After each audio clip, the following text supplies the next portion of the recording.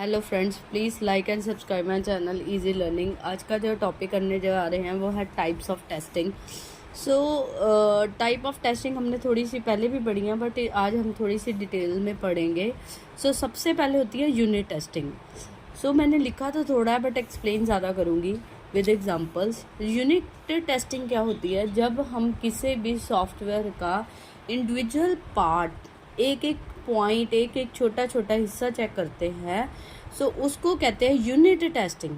जैसे कि अगर मैं सॉफ्टवेयर में अगर बात करूं, मैंने एक फॉर्म बनाया है, उस फॉर्म में मेरे पास दो बॉक्स हैं, यूज़र नेम और पासवर्ड। और वो यूज़र नेम और पासवर्ड का जो बॉक्स लगाया, टेक्स्ट बॉक्स, उसमें डेटा भर के देख रही हूँ।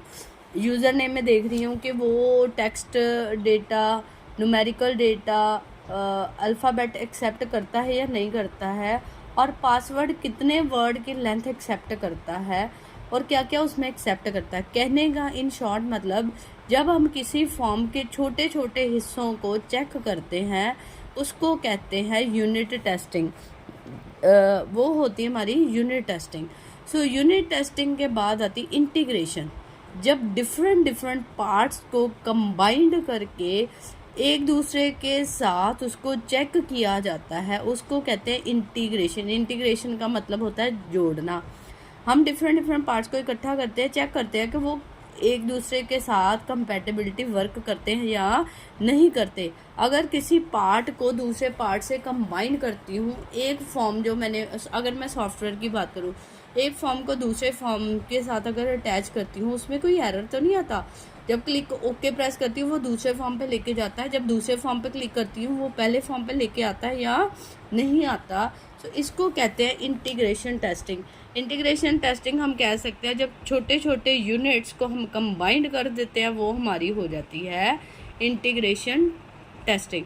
इंटीग्रेशन का मेन पर्पस यही है कि कंबाइंड करके जो अनरिजॉल्व्ड एरर है, जो हमें नज़र नहीं आ रहे यूनिट टेस्टिंग में, उनको फाइंड करना किस में? इंटीग्रेशन टेस्टिंग में। इंटीग्रेशन टेस्टिंग के बाद जो टेस्टिंग आती है वो है हमारी सिस्टम टेस्टिंग।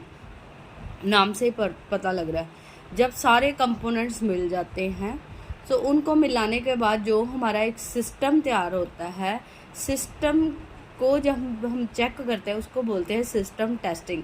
जैसे अगर मैं कंप्यूटर की बात करूं, कंप्यूटर में सारे सीपीयू कीबोर्ड को कंबाइंड कर दूं और उनको इकट्ठे चला के देखें मॉनिटर सीपीयू के साथ, तो चेक करना कि फिर सारे वर्क कर रहे हैं, तो उसको कहते हैं सिस्टम टेस्टिंग। अगर सॉफ्टवेयर की बात करूं, बहुत सारे फॉर्म, जैसे जो जो हमें चाहिए सॉफ्टवेयर में, जो जो हमारे फॉर्म हैं, जो जो डेटा है, रिपोर्ट्स, उनको कंबाइंड करके चेक करना कि हर रिपोर्ट जनरेट हो रही है, हर फॉर्म सबमिट हो रहा है, हर बटन चल रहा है, उसको कहते हैं हम सिस्टम टेस्टिंग।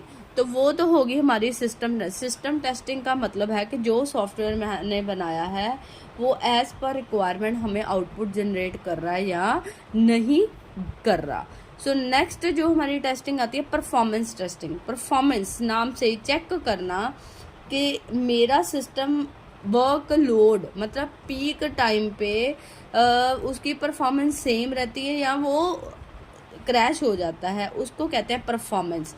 उसकी थ्रूपुट कितनी है, वो लोडिंग ले रहा है, वो रिस्पांस टाइम अच्छा दे रहा है, मतलब सारे फैक्टर्स को चेक करना, वो किस में आ जाती है? हमारी परफॉर्मेंस चेकिंग टेस्टिंग में, कि उसकी परफॉर्मेंस ना बिगड़े। अगर मल्टीपल रिक्वेस्ट आ रही है, जैसे मेरा 100 का टारगेट है, 110 भी उसके पास रिक्वेस्ट आ जाती हैं, उस टाइम पे क्रैश तो नहीं हो जाता, उसको कहते हैं परफॉर्मेंस टेस्टिंग।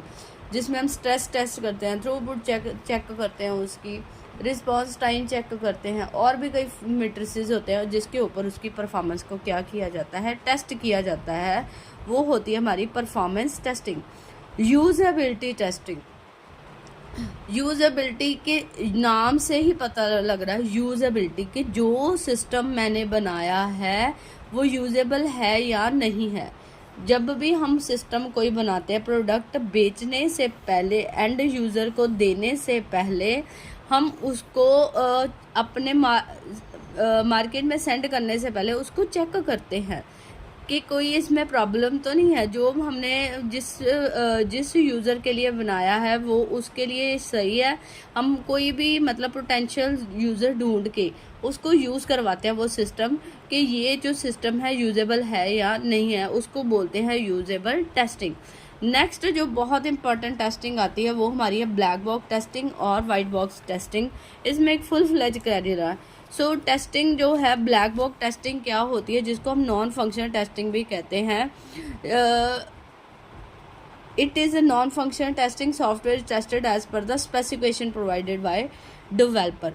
सो ब्लैक बॉक्स टेस्टिंग में हमने कोडिंग को टेस्ट नहीं करना होता, जो डेवलपर ने रियल सॉफ्टवेयर बनाया है, फ्रंट एंड एप्लीकेशन जो डेवलप की है वो यूज़र को टेस्ट करने के लिए दी जाती है to find out the error. Black box testing सबसे इम्पॉर्टेंट टेस्टिंग है किसी भी सॉफ्टवेयर की सक्सेस और उसके फेलियर के लिए। सो इसमें यूज़र डेवलपर बता देता है आपको ऐसे ऐसे चीज़ों को चेक करना है, ये सॉफ्टवेयर है। फ्रंट है, जैसे आप मैकडॉनल्ड्स में जाते हो आपके मेन्यूज़ नज़र आते हैं, आपको जो फ्रंट एंड एप्लीकेशन नज़र आती है वो आपके पास आने से पहले आप उसकी क्या की जाती है, black box testing. So in short अगर मैं कहूँ ब्लैक बॉक्स टेस्टिंग वो होगी जिसमें हम कोडिंग चेक नहीं कर रहे, जो यूज़र है सिर्फ वो सॉफ्टवेयर का फ्रंट एंड एप्लीकेशन चेक कर रहा है, उसको बैकएंड से कोई भी वास्ता नहीं है।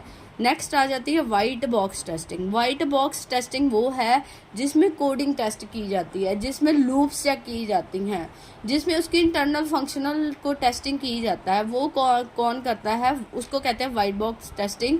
ये डेवलपर द्वारा या कोई पर्सन जो कोडिंग में एक्सपर्ट हो उसके द्वारा चेक की जाती है to find out unhidden error. Loop सही चल रही है, 100 बार चलाने के लिए कहा था 100 बार ही चल रही है, मतलब इंटरनल वर्किंग को चेक किया जाता है कि एक स्टेप के बाद मेरा आउटपुट कहाँ पे जा रही है।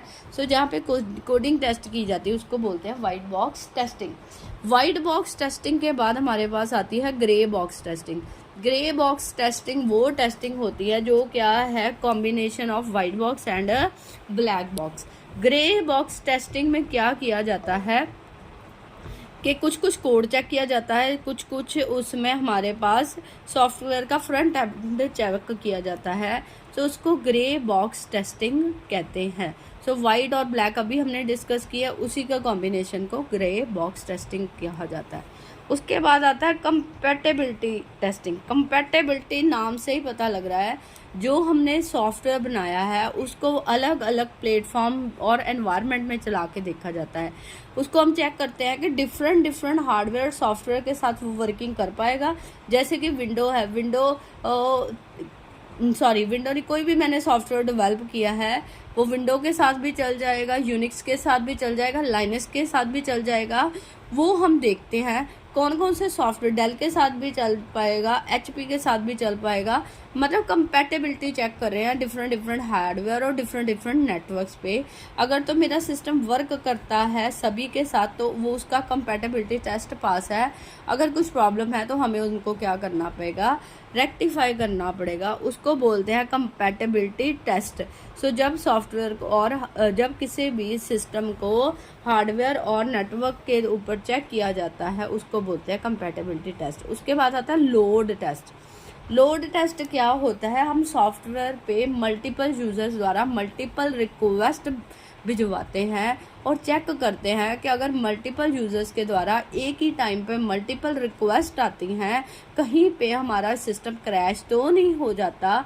उसको कहते हैं लोड टेस्ट, कि हमारा सिस्टम कैपेबल है मल्टीपल रिक्वेस्ट को एक्सेप्ट करने के लिए, ना वो हैंग होता है ना ही वो क्रैश होता है। उसको बोलते हैं लोड टेस्ट। इसको भी पास करना बहुत ज़रूरी है। अगर कोई भी सिस्टम हमारा at a time multiple request accept नहीं कर पाएगा, वो हमारा सॉफ्टवेयर क्या हो जाएगा, फेल हो जाएगा। नेक्स्ट होता है स्केलेबिलिटी टेस्ट। इसके अलावा भी बहुत सारी टेस्टिंग होती है, बट हमने मेन कुछ टेस्टिंग टाइप्स को डिस्कस किया है। नेक्स्ट आता है स्केलेबिलिटी टेस्ट। स्केलेबिलिटी टेस्ट वो होता है स्केलेबिलिटी के हम अपने सॉफ्टवेयर को एज पर रिक्वायरमेंट एक्सटेंड कर पाते हैं या नहीं कर पाते। देखो अपग्रेडेशन तो सब में आती है, टाइम टू टाइम चेंजेस आती रहती हैं, तो हमारा सॉफ्टवेयर या हार्डवेयर ऐसा होना चाहिए कि उसको हम टाइम टू टाइम क्या कर सके, एक्सटेंड कर पाएँ, जैसे ज़रूरत हो उसमें कुछ नया ऐड कर पाएँ और पुराना डिलीट कर पाएँ। उसको बोलते हैं स्केलेबिलिटी टेस्टिंग कि जो हमारा सिस्टम है, जो हमारा सॉफ्टवेयर है, उसको उसमें एक्सटेंडेबिलिटी पावर है कि नहीं है। जो सिस्टम अडेप्टिव नहीं है, एक्सटेंडेबल नहीं है, स्केलेबल नहीं है, वो सिस्टम ज़्यादा देर ज़्यादा देर नहीं चलते, क्योंकि उसमें होना चाहिए कि हम टाइम टू टाइम उसको क्या कर सकें, उसमें चेंजेस कर सकें, वो चेंजेस एक्सेप्ट करने वाला होना चाहिए। सो उसको कहते हैं स्केलेबिलिटी टेस्टिंग, जिसमें उसकी एक्सटेंडेबिलिटी को क्या किया जाता है, चेक किया जाता है। उसके बाद हमारा आता है user acceptance testing. User acceptance testing वो होती है जो एंड यूज़र्स द्वारा की जाती है। प्रोडक्ट जिसके लिए बनाया जाता है उसकी मदद से हम वही सॉफ्टवेयर को यूज़ करते हैं और बताते हैं कि सॉफ्टवेयर जो हमने सोचा था वही बना है या नहीं बना है, जो हमें चाहिए था सॉफ्टवेयर से वो आपने बना दिया है। अगर तो सॉफ्टवेयर यूज़र की रिक्वायरमेंट के हिसाब से बनेगा तो यूज़र एक्सेप्टेंस क्या हो जाएगी, पॉजिटिव। वो टेस्टिंग क्या हो जाएगी, पॉजिटिव, और हमारा सॉफ्टवेयर क्या हो जाएगा, ओके। अगर जो सॉफ्टवेयर हमने यूज़र के अकॉर्डिंग बनाया पर वो बोल रहा है कि मेरे अकॉर्डिंग नहीं बनता, वो सॉफ्टवेयर क्या हो जाएगा, रिजेक्ट। तो उसको बोलते हैं यूज़र एक्सेप्टेंस टेस्टिंग। जब प्रोडक्ट जिसके लिए सॉफ्टवेयर बनाया उसके द्वारा एक्सेप्ट कर लिया जाए, उसको बोलते हैं user acceptance testing. So I hope you like the video. Please like and subscribe my channel. ना तो मेरा वॉच टाइम बढ़ रहा है, ना तो मेरे सब्सक्राइबर बढ़ रहे हैं। Please increase my watch time and subscriber. Thank you very much.